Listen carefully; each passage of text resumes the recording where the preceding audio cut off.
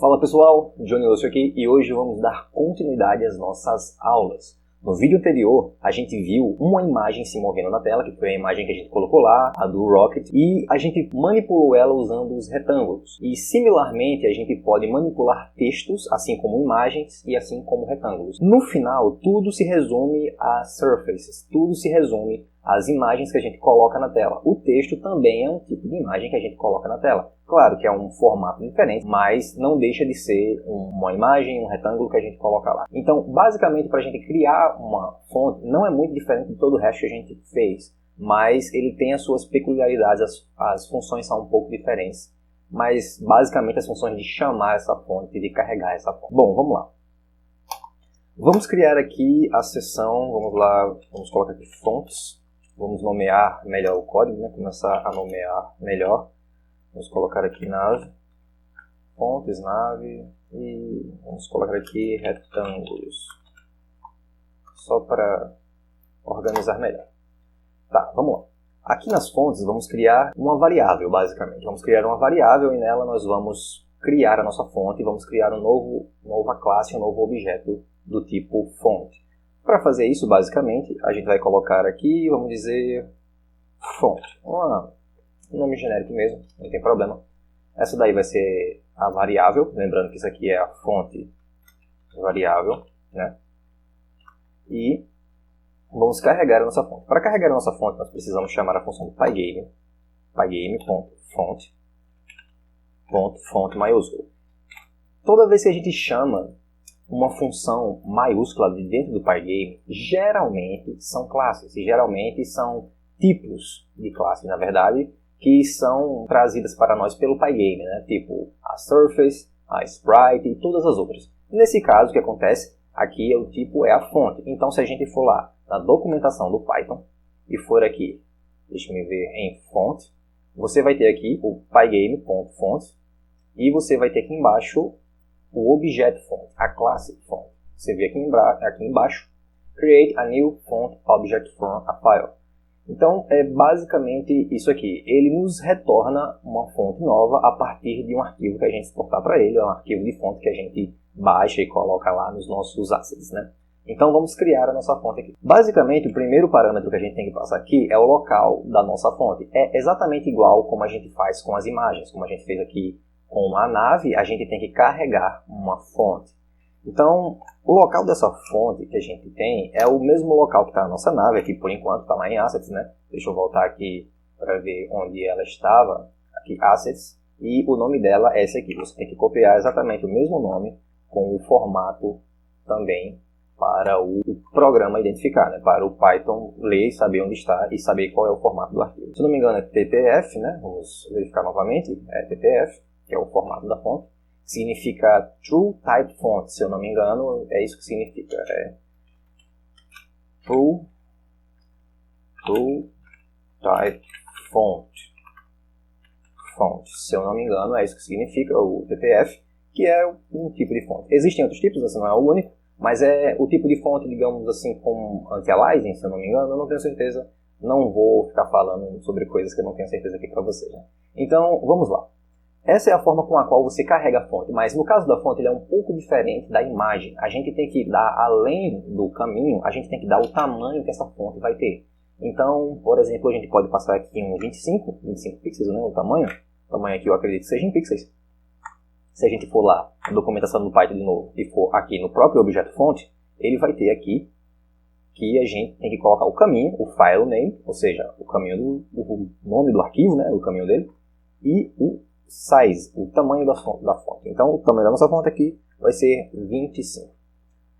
Dessa forma, nós acabamos de criar a nossa fonte. Essa é a fonte que nós temos. E agora nós precisamos chamar ela. Da mesma forma que a gente fez com tudo. Da mesma forma que a gente fez com a imagem. Da mesma forma que a gente fez com os retângulos. A gente precisa chamar para colocar na tela. Do jeito que ela está aqui, ela é só a fonte variável que está aqui. E nada mais. É só isso. Vamos mudar aqui o nome. Vamos deixar só a fonte mesmo. Para ficar mais simples, era só para você entender que isso aqui é só a nossa variável. E a gente vai criar uma surface a partir dessa fonte. Como é que a gente faz isso? A fonte, quando a gente vem aqui no próprio objeto dela, na documentação do Python, a gente vê que ele tem a função render.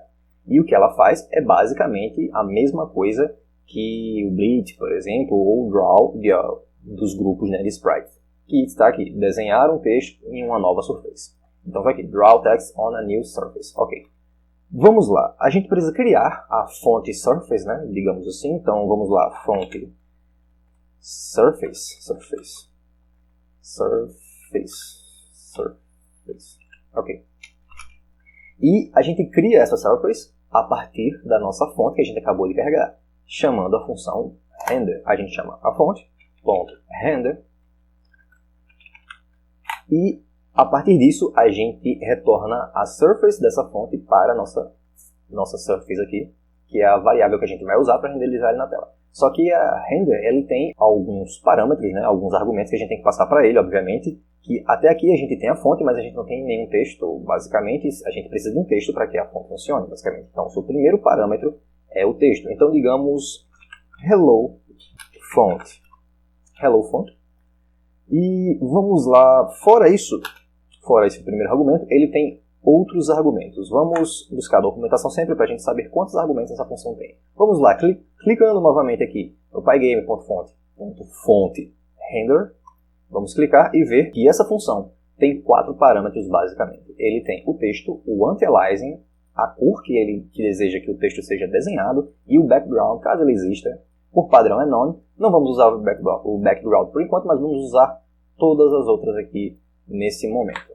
O anti-aliasing, ou anti-alias aqui, é basicamente aquilo que eu já expliquei. Aliás, eu não expliquei o anti-aliasing, eu estava confundindo, mas o anti-aliasing ele vai evitar o serrilhado da nossa fonte. Se a gente vier, aliás, aqui na documentação do Python, vai ver que esse parâmetro aqui, ele é um booleano. Não sei se tem explicitamente dizendo que ele é um boolean aqui, que ele é um verdadeiro ou falso, mas ele é um boolean.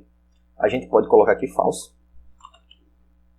Passando por parâmetro, vamos desligar o anti-aliasing por enquanto, apenas para título de curiosidade. E vamos colocar uma cor aqui branca, basicamente. Vamos chamar aqui o white. Enfim, vamos chamar aqui o white. Vamos deixar aqui a cor branca com o anti-aliasing desligado e, como você já bem viu, vamos renderizar essa surface como a gente fez com todo o resto. Vamos novamente ali na tela, .glitch, vamos chamar a nossa surface, que é a fonte surface nesse caso, e vamos dizer para ela a posição. Não temos um retângulo que controla a posição dessa surface, então, como os outros, vamos definir a posição dela numericamente mesmo, só para fins didáticos. Vamos colocar aqui na posição 100 por 100 e espera-se que ela apareça na tela quando a gente rodar. Se não tiver nenhum erro, vamos testar aqui. Bom, aqui está. Hello Font. Aqui temos a nossa fonte, né? E o texto que a gente colocou lá. E você pode enxergar aqui, não é um texto muito grande, mas talvez no vídeo eu vou aumentar para ficar mais fácil. Eu acho que é o melhor se fazer. Vamos colocar aqui 75 tamanho. Vamos colocar bem grande. Você pode ver aqui que ele está bem serrilhado. Ele está basicamente serrilhado nas bordas. E o anti-aliasing resolve esse problema. Quando a gente coloca aqui na fonte, no render, true, e a gente renderiza novamente, a gente vai ter a fonte bem mais suave, vai ter ela bem mais desenhada, bem mais bonita no caso, e é para isso que serve esse parâmetro aqui. Então a ordem é essa da função render, é o texto que você quer passar, se ele tem ou não um anti-aliasing, vai depender da fonte que você está usando. Em jogos retrô eu acredito que eles desliguem isso e coloquem aquelas fontes com a borda dura para deixar bem parecido com o jogo retrô mesmo. E aqui a gente tem a cor. Claro que aqui tem a cor white, né? Mas eu já expliquei que você pode vir aqui e mudar a cor com o RGB ou com alguma outra cor pré-definida. Deixa eu ver aqui, 127. Não, isso aqui vai ficar igual ao background, vai sumir. Vamos colocar aqui 0, 0, 0. Da mesma forma que 255 em todos é 100% em todas as cores, se colocar 3 zeros vai ser black, né? Vai ser preto.